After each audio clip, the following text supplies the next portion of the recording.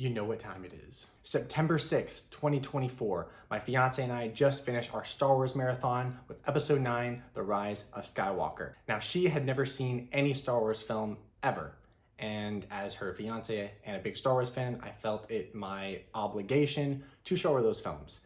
Now, after we finished those films, it was her turn to pick a big blockbuster franchise that I had never seen. Fast forward to September 21st, 2024, Twilight. Now, obviously, I had heard of these films. I had heard of the novels. I never read them. So full disclosure, let's get these out of the way. I've never read these books. Never read the books. Don't really plan to.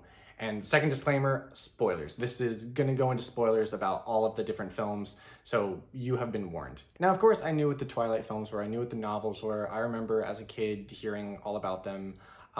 First movie came out in 2008. Now, I was only 10, so I didn't see them, nor did I have any real interest in seeing them. I remember hearing about the novels from my mom's coworkers, you know, the teachers gossiping up about these weird vampire werewolf novels. So all I really knew about these movies was that they were largely considered to be bad. Although they have a very passionate fan base, to say the least. Other than that, I really knew nothing about them. I knew vampires, I knew werewolves, I knew the cast, of course, but I didn't know any specifics. Over the years, of course, you know, with meme culture and whatnot, you see certain clips and things out of context. For example, I remember the Spider Monkey line. You better hold on tight, Spider Monkey. And the one where Jacob is like, "Where have you been, Loca?" or whatever. Bella! Where the hell have you been, Loca? I had also, of course, heard of the infamous baseball sequence, and as a former baseball player myself, my friends were constantly telling me that, like, "Oh, dude, you're gonna love the Twilight baseball scene," which is so funny to think about now that I've seen it. But other than that, I really didn't know any of the specific quirks and oddities of these movies. So the first thing that caught me about Twilight was actually just how good it looked. The Pacific Northwest setting was beautiful. I really enjoyed the settings and locations. The Cullen House is stunning, and the production really sells it all well. The production is there, the set design is there. It's a really, like, I mean, obviously these are being made for millions and millions of Hollywood dollars, so you know, you expect them to look good. However, just with the lack of expectations and kind of zero awareness of what these films looked like or had, it was nice to see a decent looking film. Also, the cinematography wasn't bad. I was expecting just basic coverage, and surprisingly, Catherine Hardwicke and the DP here offer some interesting angles. What I wasn't prepared for was the level of acting. The performances in this movie are absolutely insane.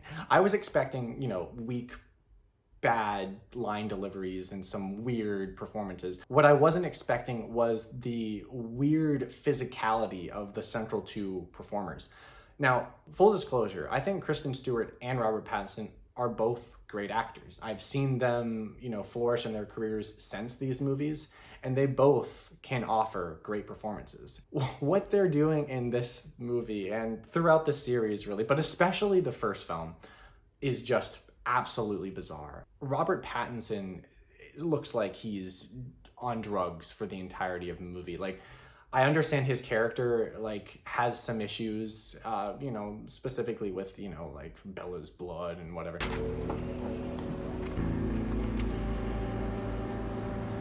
But the way he reacts to certain things in this film is just hilarious. It looks like a sociopath, like he could just blow up at any second. And then on the other hand, Kristen Stewart is like just the weirdest, like, I'm different girl. She's got the sad edge and the just, like, you know, like melancholic demeanor that you kind of expect for these, like, you know, YA adaptations and whatnot. But she's also, like, crazy horny for the entire movie, and it's just it's just insane to watch unfold, because you're just like the facial expressions she makes, and especially when the two are interacting, it is like they've never acted in their entire lives, and they don't even know what to do with the material. Now, obviously, you know, they've done plenty of interviews since these films have come out, and, you know, they talk rather poorly about the overall experience, which is funny in of itself. It seemed like it was like it was a book that wasn't supposed to be published. But it does kind of show in this movie just how uncomfortable like some of these scenes were, just because of the subject material. But yeah, with the performances, I mean, there is sort of an off feeling with the majority of them throughout the film, throughout the series, really. I do think that the actor, I forget his name, that played Bella's dad, was actually pretty good. He had like the most consistent performance of the film, in my opinion. Anna Kendrick was also pretty good. I always like Anna Kendrick. And then the actor who portrayed Carlisle also, I thought, was pretty good. The main issue with Twilight is simply inconsistency. The performances are kind of all over the place at times, and the same can be said of the dialogue and especially the tone.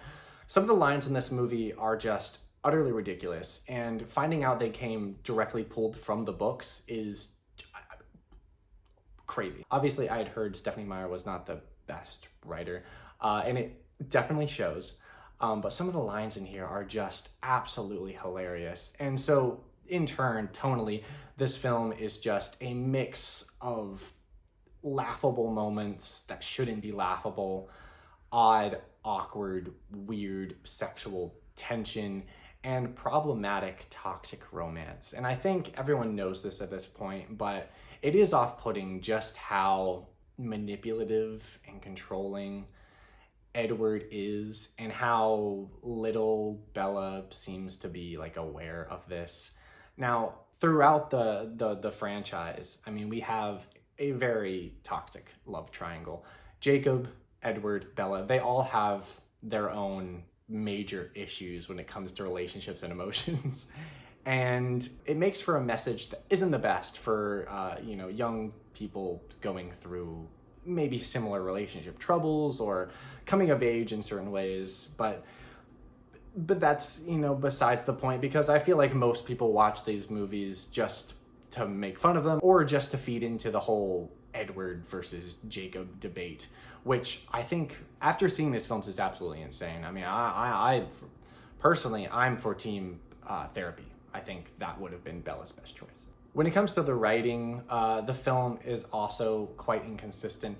All of the plot points and character beats are extremely rushed. I mean, the central romance is, there's really nothing to it. It's just like, oh my gosh, I'm attracted to you. Please be with me. I will love you forever.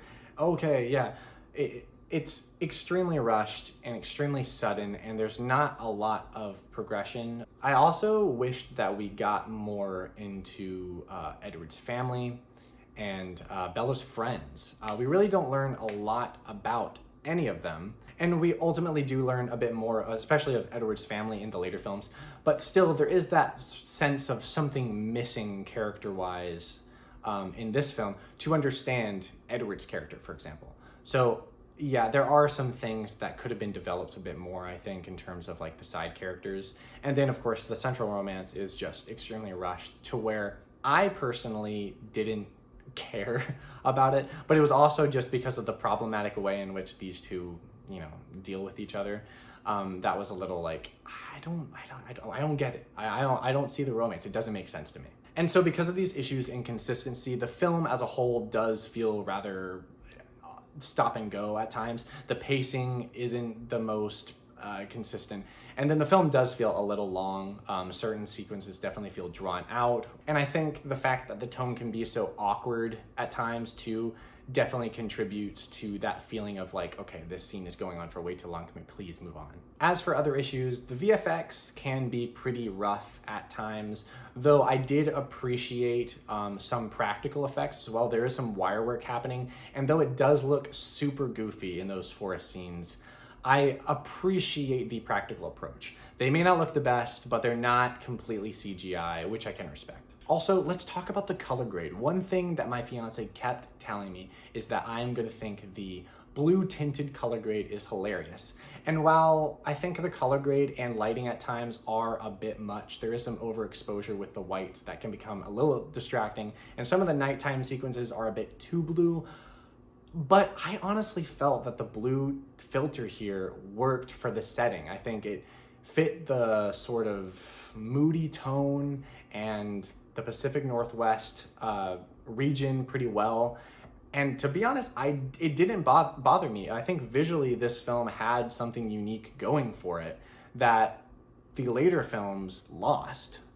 But that's just my opinion. Lots of people seem to hate the blue, but I mean, that's just what I saw. But ultimately, I think what I took out of watching the first Twilight film was that it wasn't as bad as I was expecting. I actually had a pretty good time, and though most of that entertainment comes from how ridiculous the performances are, or how cheesy the dialogue is, or how just inconsistent the tone is, it really made me think that there was a sliver of self-awareness with the filmmakers that maybe wasn't intended, but came across as slightly effective. I don't know.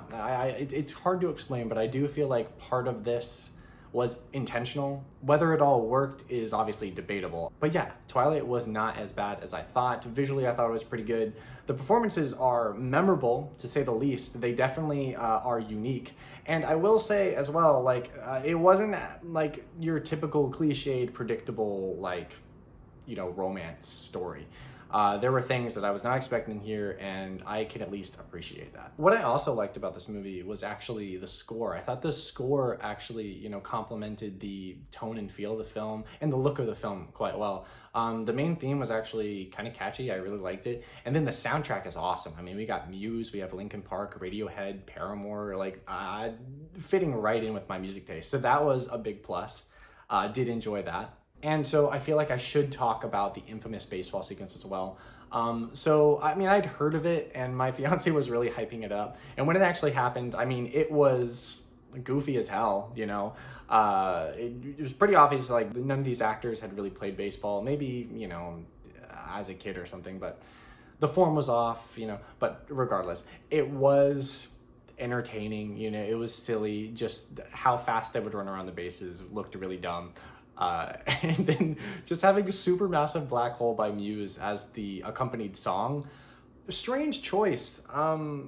It didn't really fit the vibe of things, but I'm not complaining. I really do like that song. I like Muse, so it was a fun sequence, I guess, but just really weird. September 25th, 2024, Twilight Saga, New Moon. So coming off the highs that were Twilight and having enjoyed that film for the most part, New Moon was such a disappointment because it's so boring. This was undoubtedly the worst film of the franchise, in my opinion, by far, and it was just because it was so uninteresting and dull. What I will say the film does is I did like that it expanded upon the lore of this world. You know, it introduces the Volturi, the secret society of vampires, and I thought that was interesting. I do wish that they were involved a bit more, but I did like that they were introduced because it did add a little bit of conflict and a bit more stakes. I did also like that we learn more about the werewolves and their roles in this world as well. Thought that was interesting. And I did like that Jacob was a bit more involved too. The film also has another impressive production. Obviously, this is a Hollywood blockbuster, so it makes sense that it looked decent. Production design was good, locations again were good. Cinematography was fine, though I didn't think it was near as interesting as in the first film. Otherwise though, this film, it took all of the like goofiness and fun that the first film had and like sucked the life out of it. This film was just so boring beginning to end, and I could not care about anything that was happening. There's a lot to establish in this sequel, and the majority of the movie is just establishing things that will come up later in the next movies. So in that regard, it's just like, okay, there's another thing. All right, and then there's another thing. It's a lot of waiting, and by the end of the movie, it just like the payoff wasn't there. I still can't buy into the budding romance with Bella and Edward, and having Edward missing for the majority of the movie this time really made it worse. As problematic as his character can be and as frustrating as he can be, Jacob was equally as frustrating, and seeing his and Bella's relationship blossom, it kind of just made me miss Edward's weirdness. Jacob is, like, whatever. I mean, he's got his own red flags, just as Bella does. But I admit that I was missing Edward and his, like, just offness, to be honest. It's also quite the bummer that this is the longest film in the franchise, because as I was saying, it sets up so much. It's constantly establishing things and setting up things, and it does such a poor job at maintaining a consistent momentum or keeping things interesting in general. The pacing is just not good at all in this movie, and the film feels so much longer than it actually is. Like, they really could have cut like 20 minutes, but it still would have felt long because it's just so poorly paced, and it's just not, it was never engaging, it was never compelling. Other than like the few little details that expanded the world building, there was nothing that kept me like entertained or invested. Because not only is this just like from a story standpoint not as interesting as the first film, but just everything else isn't near as like fun as the first film offered. The performances are like, they go from, like weird and what the heck is going on, kind of campy, to like, okay, this is just not that good. Like, they definitely improve in their performances consistency, I would say, like Kristen Stewart and Robert Pattinson, and as for everyone really, but it's at the expense of like what made the Twilight performances so hilarious, so entertaining, so enjoyable. Bella simply isn't as dramatic or overtly horny as she was in the first film, and Edward has devolved into just being super broody and bleh.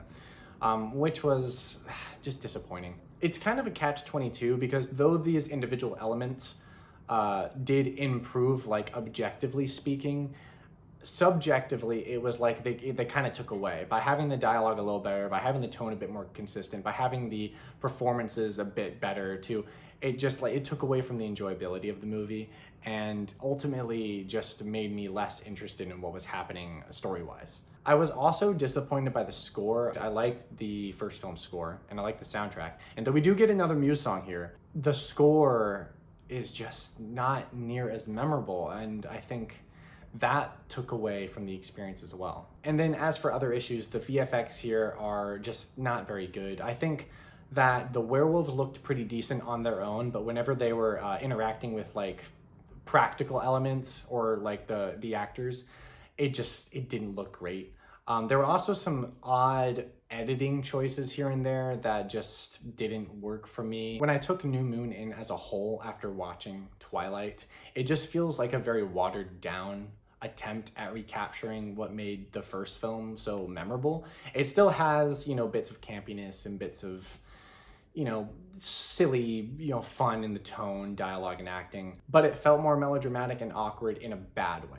I was also disappointed that we still don't know a lot about all of the Cullen family. I did like that Alice became more of a central character too. I think she's a likable character. But what was weird was how Victoria was set up at the end of the first film to kind of be the next villain in this franchise, and she does essentially nothing for the whole movie here, and that just felt like a kind of a missed opportunity. I'm assuming that she would have more to do in the later films, which I guess she does, but still her character kind of feels like superfluous. September 26th, 2024, The Twilight Saga, Eclipse. I feel like I'm kind of judging these movies off of how much I like their soundtrack. We get more Muse here, which is cool. We also get Metric, which I like. And on the album soundtrack, there's actually a song by The Bravery, which is also cool. So Eclipse is a definite improvement over New Moon, that's for sure. New Moon is bottom of the barrel when it comes to this franchise. However, Eclipse is not as good as Twilight, and I can't say that I really liked Eclipse overall. I think it's just pretty mid-level compared to the rest of the films. What I did like about this one is that we finally get some backstory concerning the Cullens. Learning about Rosalie and Jasper's past definitely added something to the character elements to the story, and I also appreciated that we learned more of Jacob's tribe and their history. I still, for the life of me, cannot get into the central romance that makes these movies. The love triangle is melodramatic in an uninteresting way. All three of the characters have their own problems that are just so frustrating to watch at times. And I just can't get into, I just don't buy into the romance at all. The chemistry isn't really there, and the characters just feel so wrong together, if that makes sense. I was also disappointed that we still don't really get much interaction from Bella's friends.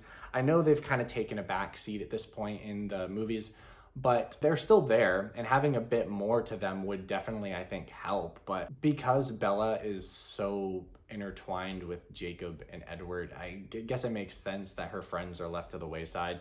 But still, I feel like there was potential there. It goes without saying that Eclipse suffers from the same issues that its predecessors did.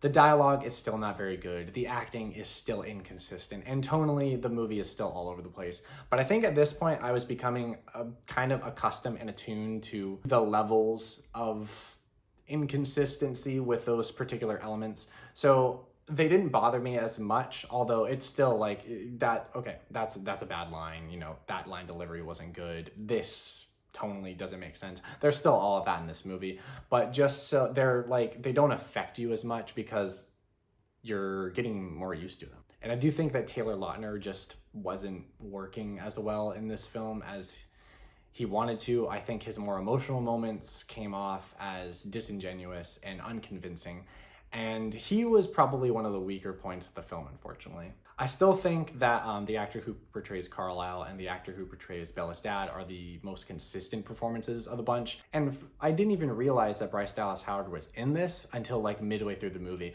I kept looking at her and I was like, she looks really familiar. And then I was like, oh my gosh, is that Bryce Dallas Howard? And my fiance was like, yeah, I was waiting for you to notice that. She doesn't really do much in this, and her performance isn't anything special, so, you know, it's whatever, but it was cool to see her. I do think that the production is still impressive here, and visually, the film has its moments, though it still doesn't live up to like the uniqueness of the first film, in my opinion. Also, Kristen Stewart's wigs throughout this were quite distracting in certain sequences, and then that engagement ring was absolutely ridiculous. Like, what the heck is that? So when you take all these issues into account, the film does become inconsistent in pacing and overall runtime as well. It definitely wasn't as boring or uninteresting as New Moon, but it wasn't as, I hate to use the word consistent because Twilight certainly wasn't consistent, but it definitely wasn't as enjoyable as Twilight. September 27th, 2024, the Twilight Saga Breaking Dawn Part 1 and Part 2. So we made it to the double feature of the Breaking Dawn films, and this one, Part 1, wasn't bad at all. Honestly, it was my favorite behind the original. And I think had this one embraced the levels of camp and silliness and goofiness as the first one did, this one may have been my personal favorite. It goes without saying that I still don't give a crap about the love triangle here, but to me, it's kind of expected at this point. They're all making stupid decisions because of one another, and the melodrama just it doesn't work. I was still a little bummed that we don't have backstory on all the Cullens, and that was a little disappointing here, especially with Alice, since she's kind of turned into a character that has a lot of influence on the main characters in this film. But, you know, that's whatever. The production here is still solid, and I do think that this film actually had the best soundtrack music drops of the franchise. The lyrics were kind of strange, and I think there were too many song cues, but overall, I felt like they fit the tone of the movie the best. The film definitely has its entertaining moments, in those being kind of laughable and tonally off. But I will say the second half takes some risks and goes a lot darker than I was expecting. The whole demon pregnancy reveal was pretty intense and actually offered some tension that I was not expecting at all. And the birthing sequence was way gorier than I ever would have thought it would be. It was pretty intense, and, you know, judging by, I think, the demographic that these films were marketed to, I was honestly surprised. When it comes to issues, I think certain story elements could have been, could have added a bit more, and all the rest are just things I've already talked about: dialogue, tonal inconsistency, acting, performances being off, and whatnot. There are some, messy shots and edits and whatever. But because of how cringy and like just tonally inconsistent things are, I've kind of become used to it at this point. There were still definitely moments that had me laughing out loud, but nothing quite captured the magic of that first film, in my opinion, still. The VFX are still pretty 50-50. I will say that the makeup or effects done with Bella when she's like emaciated and kind of dying, those were actually done quite well. I thought she looked convincing most of the time, and the effect of her kind of becoming healthy and back to life was actually executed pretty well. The CGI baby, though, atrocious. What the hell is that thing? Get that away from me. That is disgusting. What were they thinking? I also thought that the werewolves' inner voice sort of thing they had going on was hilarious. They sounded like anime characters in just how animated and exaggerated they were. I just thought that was a total bizarre decision and just really, really strange. I think pacing is an issue at times, and the same goes for just length in general. There are certain sequences that are a little bit boring, a little drawn out, a little too long, whatnot. But, all of these films have that.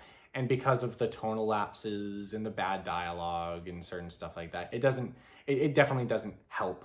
And then, of course, I have to talk about the infamous imprinting scene, which really shocked me. So I didn't know about this.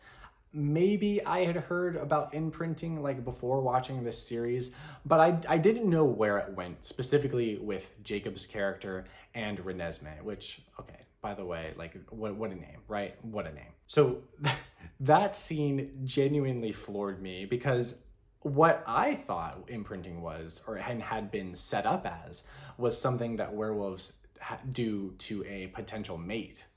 I thought it was an attraction sort of thing. And so when Jacob imprinted on Renesmee, that was a shock.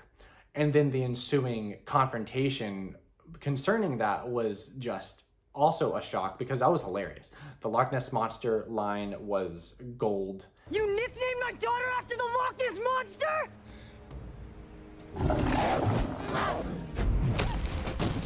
And that made for a very entertaining part of the movie. So breaking down part one, I think, was, for me, the most well put together of the films thus far. I definitely still had its issues in script, in execution, and all of those little facets. But I liked it for the most part. I don't think it hit the absurd and crazy highs of the first film still. I do think that Twilight stands on a pedestal of its own in terms of unique enjoyability. So then we move on to Breaking Dawn Part 2, and I was honestly looking forward to this. So much had been set up, and specifically with the Volturi, because they've kind of taken a back seat leading up to these things. So I was like, okay, a lot must happen in Breaking Dawn Part 2 for everything to feel wrapped up and conclusive. And Breaking Dawn Part 2 definitely goes out with a bang, because there were so many moments in this movie that legitimately had me floored, and I was like, what the heck am I watching? The story definitely goes in some crazy directions in this one, and it all culminates in a truly awesome, like unforgettable finale sequence fight where just the craziest things happen. It honestly fooled me, I thought I was actually seeing Carlisle and Jasper and others die, and I was kind of upset. I was like, oh my gosh, these are such likable characters, why are they dying?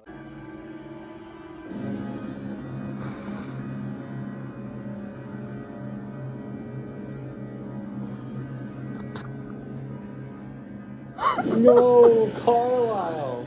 And then when it's revealed that it was all Alice's vision of what could happen, that she was projecting to Arrow, I was like, I couldn't believe it. I just couldn't believe it. I was like, wow, Twilight actually got me. Who would have thought?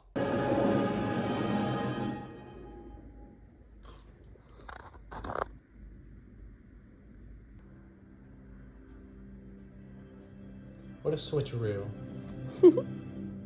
I really didn't see that coming at all. And I have to give props to these movies, because as silly and dumb as they are, and how thematically familiar they may seem, they really go in certain directions that you can't predict. These movies were truly unpredictable to me, and which definitely helped because I feel like they definitely could have fallen into that cliche category of, young adult fantasy that is just so boring and uninteresting and predictable that just takes away from the viewing experience. So I give props to the Twilight franchise for that. They really got me. Now, it is kind of interesting to think where the franchise could have gone post Breaking Dawn, because the conflict between everyone in the Volturi doesn't really seem to be completely over. And then that little sequence at the end with Jacob and a grown Renesmee, it gave off some weird vibes, but it kind of alluded to, more that would happen in the future. But to be honest, I'm glad it ended here because more Twilight films, I don't know if I really would have been able to take that. But seriously, the finale fight was memorable and a lot of fun. It was like legitimately intense. It legitimately had stakes. It legitimately got me with its reveal. And it also, that reveal could have gone very poorly. Somehow they handled it quite well. And am I saying that Twilight has a bit of good writing? I think I am, because that twist definitely could have been executed poorly. It definitely couldn't have worked. It could have come off as stupid or silly or just ineffective in what it was trying to accomplish. So I have to give props to that because it honestly worked. Now, this film still does, suffer from the same issues that I've been talking about for this entire video. I still wish that certain Cullens had been given more backstory. I still wish we had learned more about certain ones, especially Alice. The dialogue still isn't great. The acting isn't great. The tone is inconsistent. And there are certain, formal elements that don't come together as neatly as they could. I think the film did do a decent job at explaining certain details of the plot, like certain lore about vampires and Renesmee and all that stuff. It never does explain the conception and how that works. I was honestly expecting like some sort of prophecy to be brought up about Renesmee and, ancient vampire history or whatever, but that doesn't happen. I think that was kind of a missed opportunity. I think they could have gone in the direction that worked there, but at the end of the day, it's not that big of a deal, just something I observed. I do wish that details about like vampire abilities had been explored a bit more. Like for example, finding out that Bella is a shield. I thought that was kind of cool. I wish we had gotten to understand other vampires' abilities a bit more, maybe get a better understanding. Like that Australian guy, the Kurt Cobain lookalike. He's kind of made out to be like this interesting, maybe important character because he's always kind of watching and observing and the camera focuses in on him. But then he doesn't really do anything, so I don't know, that was kind of a weird thing. I do think at the end too, I would have liked at least one more scene with Bella and her dad, because though they get some form of closure, I didn't have I didn't have enough closure. I kind of wanted a bit more between them to have a satisfying conclusion to where her character is ultimately going. I will say that Michael Sheen understood the assignment. I think he was the only actor, maybe in this entire franchise, that understood what he was getting into and made it work. He was just chewing up every scene he was in, and I really enjoyed his performance. I wish there was more of him. I really do wish that the Volturi had been more directly involved with the overarching plot here, because they seem kind of distant and removed, which is a shame because they are ultimately the big villainous presence of these films. So that was a little disappointing, though I did really like Michael Sheen. He was great in this movie, and I really enjoyed watching him. So when it comes to Breaking Dawn Part 2, this one was my second favorite of the franchise. I think it definitely had some of the most memorable moments, and it wrapped up in a way that was decent enough.